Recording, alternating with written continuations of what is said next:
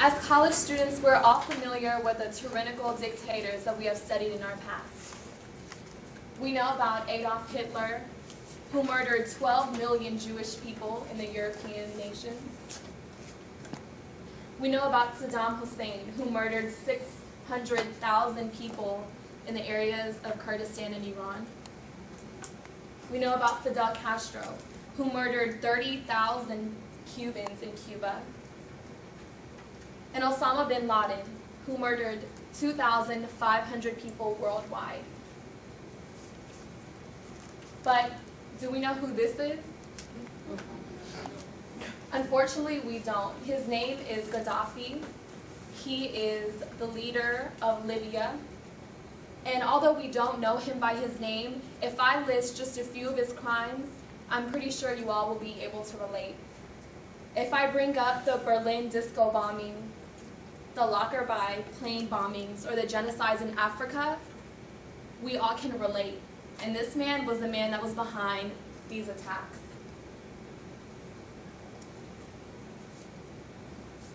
This speech that I'm giving to you is an effort to inform you all of the crimes that he has committed because he is unknown, and that he has committed these crimes all over the nation, not just in Libya. So I want to start off with a little bit of history about him. Qaddafi was born into a poor Arab family. He was made fun of because he was poor. He later went on to high school and formed a political organization and was expelled for that.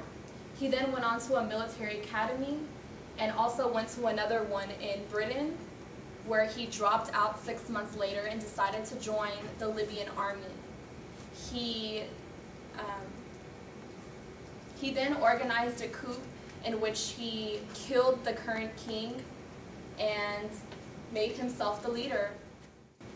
One of the first things that he did actually was expel all the Italians that were living in Libya at the time, of which there was a very large population. The next thing he did was, even though he promised his people that he was going to lead them in an Islamic state, he actually wrote his own book. There he is. It's called the Green Book, which pretty much he got his own version of the Quran, which is the holy book of the Muslims, and asked his people to follow it. Now, this doesn't seem like something little, but if we take it into translation for our country, that's like someone coming into our country, writing their own version of the Bible and saying, look, this is how we're going to live our life here. So that's actually very offensive to the people, the Muslims that are living in that country at this time. Next, he also ordered the murder of any Libyans living abroad who opposed his regime. So this isn't something little. He pretty much sent out people to go kill Libyans that were opposing his dictatorship. And as an effect of this, 9 people in Italy were killed.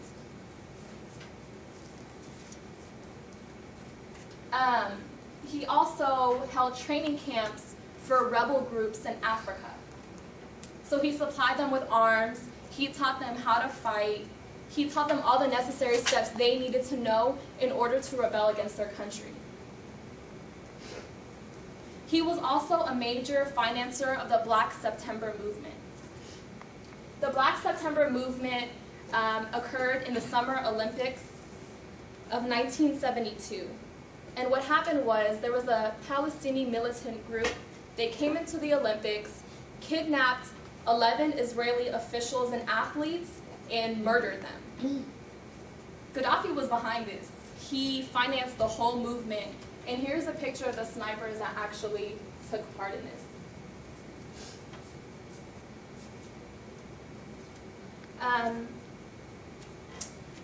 This was written in an article about Qaddafi. It says, he has been accused of mining the Red Sea, plotting the assassination of the heads of state of the United States, Britain, France, West Germany, and Saudi Arabia, planning the capture of the Grand Mosque in Mecca, calling on American blacks in the U.S. Army to revolt, killing a score of Libyan descendants abroad, and trying to buy an atom bomb from China. Because of this, our president at the time, Ronald Reagan, gave him the name of the Mad Dog of the Middle East. He was pretty much telling the whole world there is a terrorist that's living among us and we need to get rid of him. The next incident that happened was in Great Britain. They were having a protest against Qaddafi, and Qaddafi once again sent people to go kill people at this movement outside of the embassy, and a British police officer was murdered, and that cut off all ties with Libya and Great Britain.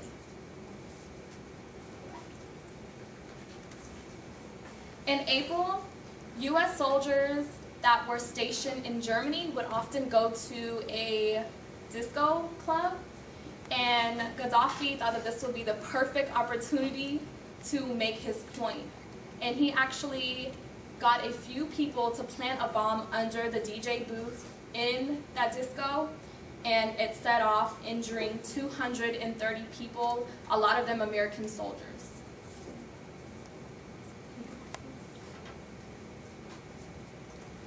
Some of his more recent crimes, this actually is a picture of the Maid of the Seas. It was a flight in 2001 that was heading from London to New York, and a bomb set off, killing all passengers, 243 passengers and 16 crew. And these are just some pictures showing the impact of how big this bomb was. As you can see, the plane was totally destroyed. If we look at the next slide, we can see the impact of where the plane hit. 6 months later, the same thing happened to another plane flying over Chad. So he obviously did not learn his lesson, and this happened again, killing all the passengers of that plane also.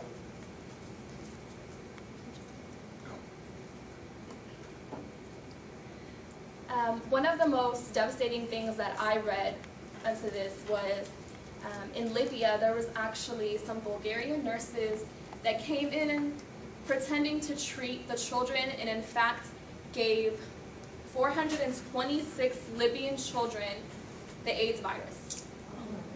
So these kids were thinking they were going to get treated. Instead, they were infected with the AIDS virus. And Qaddafi, this is from what was alleged, Qaddafi pretended, that he was very concerned about these children. He said he was going to keep these people and let them rot in jail. And then what was alleged was that he traded the people that infected his country's children for a shipment arm with France. So he was pretty much giving away his own people for arms to help him increase his terroristic activities. So the UN decided to put sanctions on Libya, and Qaddafi is very, very smart. He has oil money.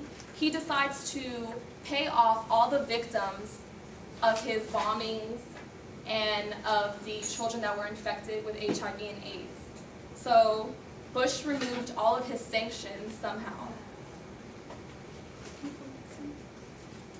This was very recent, actually. Switzerland has banned the building of minarets in their country. Basically, if you guys are familiar with the building of a mosque, there's a tall building that sticks out, which is pretty much where a person goes to read the call of prayer. Switzerland banned that. And so Qaddafi called for jihad, which is holy war against Switzerland.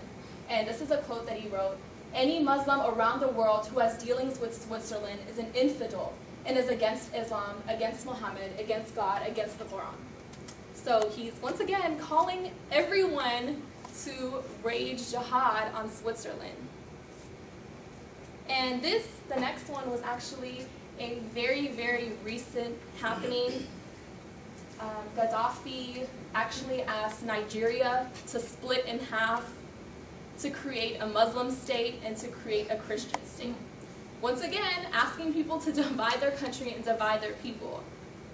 So the crimes that I've just listed are, once again, just the tip of the iceberg of what he has done. It's just to inform you of some of the things that has been going on. We need to be informed, and we need to keep track of what he has done so that we can stop him, because from what he has been doing in his history, that will soon affect us if we don't stop him. Thank you so much for your time. Thank you.